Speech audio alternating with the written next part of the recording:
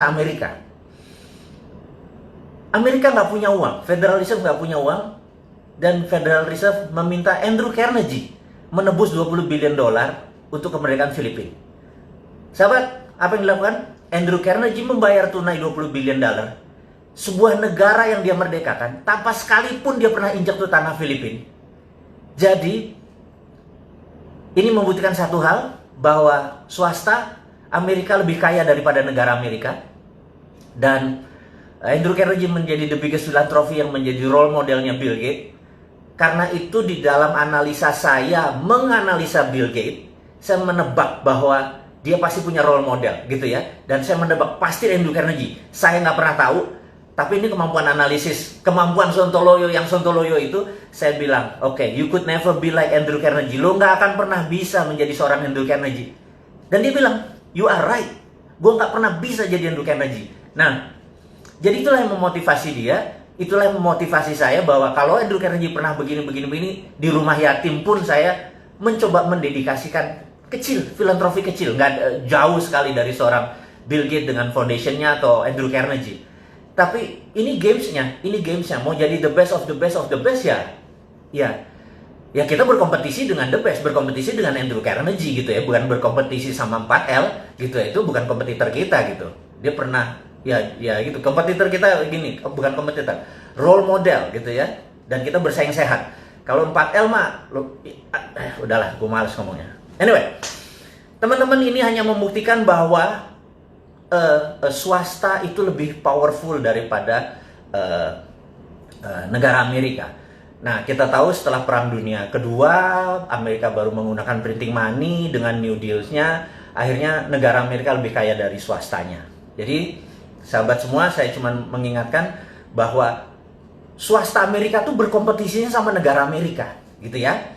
Karena itu di sana kalau sekolah tuh ada dua. Sekolah Ivy League, ada Cornell, ada Columbia, ada Harvard, MIT dan lain sebagainya. Begitu lulus biasanya menjadi anteknya globalis di Wall Street atau menjadi globalis. Kalau mereka belajar di non seperti di Illinois University, apapun lah, Chicago juga nggak nyampe, ini mereka ini paling jadinya pegawai World Bank, IMF atau bankers gitu ya. Ana harus mengingatkan ini dua ini. Nah, Wall Street ini saat ini menguasai mungkin 60% kekayaan dunia. Jadi Tencent di situ, Alibaba di situ gitu ya. Ini kita mau melihat how the world work, bagaimana cara dunia bekerja. Jadi ada paham apa yang terjadi. Nah, sewaktu Trump menyatakan akan menutup Wall Street, itu dia mengancam globalis sebenarnya, supaya lu jangan sama Demokrat, lu sama gua gitu ya. Nah, kita itu skenarionya. Nah, kita balik ke China saat ini. Akankah terjadi perang di Laut Cina Selatan? Gitu. Resikonya adalah pantai timurnya Cina rata, tentara Amerika habis, gitu ya. Menurut saya, Xi Jinping adalah pedagang, Trump adalah pedagang. Menurut saya tidak perang. Ingat, walaupun tidak perang, Indonesia harus ambil posisi. Saya tadi pernah, kemarin saya pernah bilang, ada tanya 4L apa gitu ya. Ya habis pundak, lutut, apa 4L-nya? Ya lanjutin gitu ya. Oke. Jadi saya menyatakan bahwa Indonesia saat ini tidak ngambil posisi, dan itu salah. Harusnya Indonesia ngambil posisi bela Cina, bela Amerika. Itu bedanya. Jadi jangan stand alone gitu ya. Kita harus ngambil dua-duanya.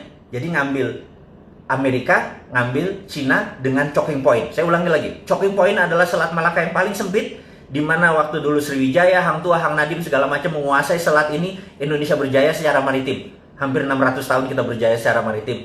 Nah, choking point saat ini lost control. Kata kita tidak mengontrol choking point.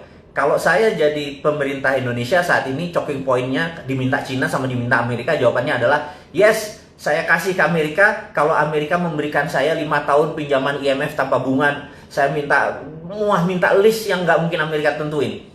Sama Cina juga sama. Yes, saya akan kasih Cina, tapi Cina harus utang di Indonesia dan kewajiban di Indonesia semuanya dinolin lagi dan lain sebagainya. Kasih semua sebuah penawaran yang mereka nggak mungkin bisa penuhi, tetapi di situ terlihat bahwa kita punya standpoint. Jadi Amerika dan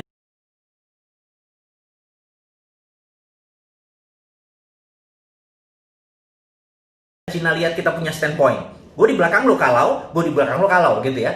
Tapi kalau sekarang kita menarik diri, begitu Amerika sama Cina terjadi consolidate, berdamai, apa yang terjadi?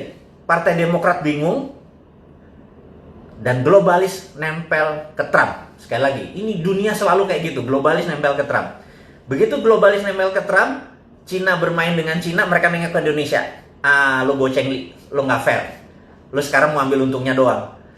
Jadi waktu Amerika menjanjikan mau buat pabrik di Indonesia cuma 34, itu dia tidak dari pemerintah Amerika, itu dari globalisnya. Sabar, kita harus paham sekali ya. Anda harus tahu kapan Trump ngomong. Jadi Anda harus tahu, negara Amerika itu tidak pernah berubah misi dan visinya. Ingin menjadi polisi dunia dan mengontrol 60% kekayaan dunia. Itu nggak pernah berubah. Waktu Partai Republik yang jadi atau Demokrat yang jadi, caranya mereka berbeda. Republik suka perang, Demokrat pakai economic trap. Ini pakai military trap. Ujung-ujungnya sama, bajingan juga itu, gitu ya. Nah, Cina, state mission country-nya nggak pernah berubah, gitu ya. Mau presidennya Xi Jinping, mau dulu Li Peng, mau dulu Deng Xiaoping, sama, gitu ya. Nah, saya mau ingatkan, ini key point yang sahabat semua saya mau buka saat ini. Reagan dengan Deng Xiaoping pernah berjabat tangan. Ingat nih ya, saya ulangi lagi. Deng Xiaoping dan Reagan pernah jabat tangan yang menyatakan 40 tahun lagi Cina harus menjadi negara demokrasi, dan itu disetujui oleh Deng Xiaoping. Dengan demikian, tahun itu harusnya tahun 2020 ini Cina harus menjadi negara demokrasi. Demokrasi itu bukan berarti kayak Indonesia sekarang, populer vote, bukan. Tapi pemilihan kepala daerahnya sudah pemilihan langsung. Tapi pemilihan partai komunis Cinanya tetap. Cina adalah single party country. Cina adalah negara dengan satu partai. Dan di dunia ini ada 7 negara yang single party. Seperti Meksiko juga single party. Jadi Anda jangan kaget-kaget ya kayak gini. Pelajaran-pelajaran geopolitik, geostrategi ini. Anggap aja ini lagi Lemhanas, Anda nggak usah ikut 9 bulan Lemhanas, cukup dengerin Bosman ngomong, Anda udah ikut Lemhanas gitu ya. Nah, sampai mana tadi gue lupa. Oh, dia salaman sama Deng Xiaoping jadi 2020 ini. Tetapi Xi Jinping punya agenda lain. Jadi Reagan, balik lagi Reagan. Trump saat ini ingin menghukum Xi Jinping untuk mengingatkan, dulu bapak negara lo yang namanya Deng Xiaoping itu sepakat sama Reagan untuk menjadi democratic country. Lo inget ya? Nah, lo membangkang nih ya gitu. Jadi ini ada sejarahnya, bukan sekedar trade war. Jadi kalau yang naif tuh bilang, oh ini perang dagang, nggak apa-apa kok, nggak ganggu kita gitu ya. Kebanyakan baca Shinchan sih, jadi gerah gua kadang-kadang gitu. Nah, kita harus tahu bahwa ini ada sejarah. Nah, jadi si Trump ini punya postur adalah, lo mau jadi democratic country lagi nggak? Kalau nggak, Hongkong gue gerakin nih, gitu ya. Dia punya tombol-tombolnya. Jadi mereka ini 2 perang. Sekali lagi, 2 perang. Kalau kita nggak ngerti, toto kita terpecah 3 aja kayak Ghost Fleet. Anda tahu bukunya Ghost Fleet yang dibaca oleh Prabowo, yang tulisannya Peter Senge, seorang analisnya CIA. Kalau protokolnya Ghost Fleet dibaca kayak Balkan, Indonesia pecah 3 beneran nanti, gitu ya. Nanti kita bahas di minggu depan tentang Ghost Fleet. Sekarang jam piro lagi? Oh, udah 40 menit loh. Gak bayar dulur-dulur ini. Kasih 40 menit ilmu, minta nambah lagi ya gitu ya. Oke teman-teman. Jadi dengan adanya perang tadi sebenarnya ada sejarahnya. Karena itu Reagan memanggil 8 orang yang masih hidup dari 13 warrior ini untuk pengen tahu dulu tuh rencana lo apa sih dengan China, karena dengan Soviet kan sudah jelas, dengan China dia kasih ingat bahwa Deng Xiaoping dulu pernah shake hand. Nah, karena itu saya dalam tulisan saya di video 2030, tahun 2030 Cina adalah the biggest democratic country in the world. Bayangin, dengan 1,7 billion atau 1,7 miliar manusianya dia menjadi demokratik. Pemilihan daerahnya nanti akan. Jadi sekali lagi saya mau ingatkan, Cina akan menjadi loose dengan bargain tersebut, currency dia menjadi lebih leluasa. Tapi Trump akan memenangkan lagi. Ingat ya, ini sekali lagi, Trump bisa menang nih. Jadi Trump pulang kampung nanti menyatakan dia menang terhadap China. China bilang kita juga nggak kalah. Jadi dia bukan bilang menang ya, Cina nggak kalah, nggak kehilangan muka di negaranya. Nah, Trump selesai masalahnya. COVID, sekali lagi, nggak terlalu penting karena kita live with COVID forever. Oke, sahabat semua. Ada terakhir mungkin saya sekedar mengingatkan bahwa beberapa kita mendapatkan berita bahwa China punya renminbi, punya digital currency, punya dan anti dolar. Tar dulu. Itu misleading kalau anti dolar.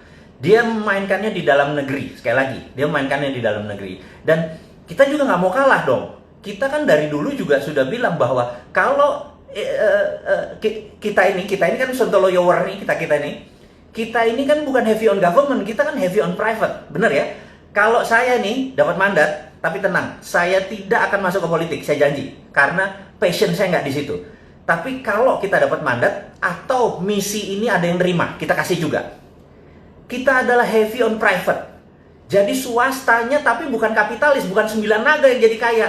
UKM yang jadi kaya. Jadi kita ini juga pro on private, tetapi UKM. Karena itu kita bangun Santara, kita bangun Rifit, kita bangun organisasi untuk mengangkat UKM. Jadi kita tahu 2030, 85% ekonomi dikuasai oleh UKM yang going global. Ini mark my word ya. Anda boleh catat kata-kata saya kalau 2030 tidak terjadi 85% ekonomi dunia, saya kasih Anda $1 juta.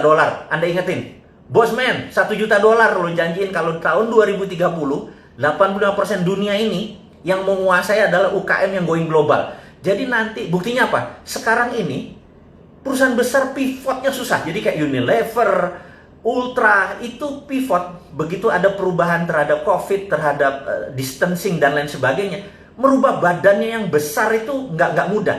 Tapi UKM 2 bulan kolaps, ada yang tinggal 10%, ada yang bangkrut dan lain sebagainya. Tapi besok dia udah hidup lagi karena UKM itu pivotnya gampang, mindahinnya gampang. Nah, sahabat semua, jadi tahu karena demikian kita filosofinya adalah menolong mengangkat UKM. Jadi misi kita jelas, mengangkat UKM.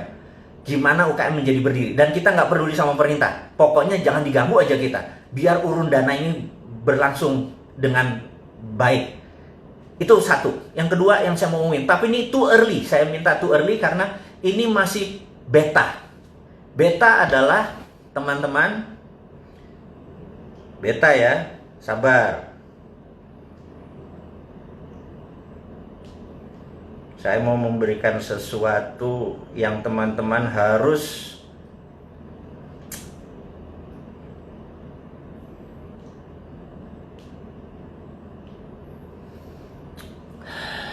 kebalik ya. Kalau kebalik nanti kita akan kasih. Oh, kebacanya kebalik ya. Oke. Tanggal 20 bulan Mei 2020 jam 20 saya atau kita bersama-sama sahabat semua akan meluncurkan yang namanya dinaran. Dinaran adalah cara pembayaran rupiah Anda. Setiap Anda masukkan rupiah, ada emas senilai rupiah Anda. Jadi kalau masuk naik, rupiahnya naik. Dan setiap Anda belanjakan pakai ATM tadi, dimanapun, turun 1 juta, ya gramasinya ikut turun. Jadi untuk pertama kali dalam sejarah dunia, rupiah Anda punya underlying emas. Dan inilah menjadi terobosan, ini sudah ada persetujuan dari semuanya, sudah akan diluncurkan.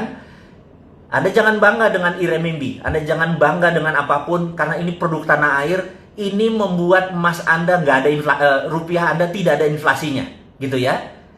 Kita buka di dinaran.id, itu cuma landing page, belum bisa buat transaksi. Nanti transaksinya ada di apps.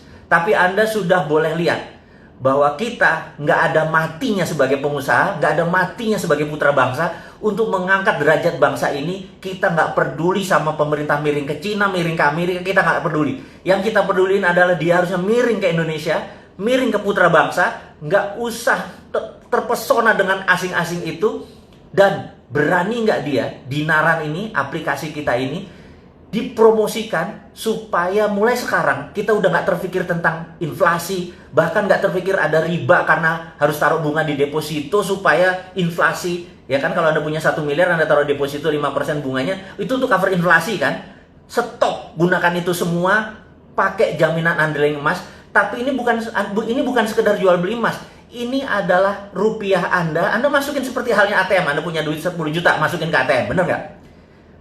Nah, cuman kalau ATM kan nggak punya apa-apa. Sekarang Anda punya emas senilai menjamin tadi. Waktu Anda belanja 1 juta, ya emasnya turun. Anda diemin aja, harga emas naik, ikut naik. Itu bedanya. Dan sekali lagi, ini akan diluncurkan tanggal 20 Mei tahun 2020 ini, hari Selasa ini, jam 20.00. Kenapa? Karena 20 Mei adalah hari kebangkitan nasional. Dan itu juga merupakan di bulan suci Ramadan, di mana kita ini harus sudah masanya berdaulat.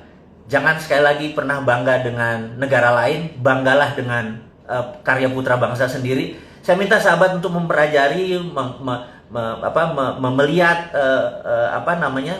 landing page ini. Kita diskusi nanti setelah ini ya, bahwa kita bukan sekedar mengkritik, kita bukan sekedar menggurui, nggak ada niatan, tetapi kita mau gandengan tangan, kita mau bersama-sama untuk menjadi sukses. Teman-teman, mudah-mudahan Dinaran ini bisa menjadi salah satu kontribusi kita yang lain lagi tentang kita membantu UKM, membantu bottom of pyramid yang saat ini nggak ada yang ngurusin, menjadi punya personal sovereign wealth fund.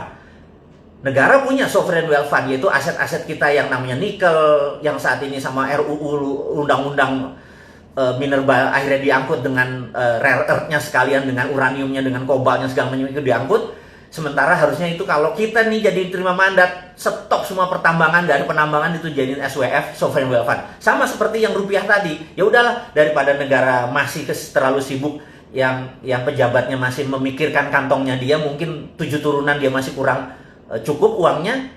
Apa yang kita lakukan? Kita punya sendiri yang namanya sovereign wealth fund. Anda punya 2 juta taruh, Anda punya 1 juta taruh. Yang penting Anda sekarang tidak bergantung lagi pada bunga bank, tidak bergantung lagi pada sistem perbankan. Ini adalah banking from non-bank. Jadi ini adalah banking tapi dari non-banking. Jadi banking tapi bukan dari bank gitu ya, dari Dinaran. Ini breakthrough. Ini mengagetkan banyak teman-teman di dunia OJK dan BI. Tapi ini adalah untuk kita semua gitu. Ini adalah karya anak bangsa. Sahabat semua, akhirul kalam, saya tidak mau menahan Anda lama lagi karena sebentar lagi yang di Indonesia bagian tengah sudah akan buka puasa, yang di Indonesia bagian barat sudah siap-siap buka puasa. Selamat bergosip mengenai Dinaran. Saya sekedar mengingatkan bahwa bagi mereka yang ingin membeli buku dan lain sebagainya, lihat di IG, di Jual Vision 2030 ada di IG, Road to Billionaire ada di IG, dan Dinaran.id Anda pelajari landing page-nya, bukan untuk transaksi, tapi tanggal 20 bulan Mei 2020 jam 8 malam setelah habis taraweh, kalau bisa Anda lihat apa yang akan kami luncurkan, akan kita luncurkan. Ini milik kita bersama, bukan milik saya, ini milik Anda semua, toh harta-harta Anda, emas-emas Anda juga. Saya cuma membuat sistem yang membuat kita ke depan menjadi berdaulat. Sahabat semua, terima kasih atas perjumpaan hari ini. Sukses buat Anda semua, semangat buat Anda semua. Wassalamualaikum warahmatullahi wabarakatuh.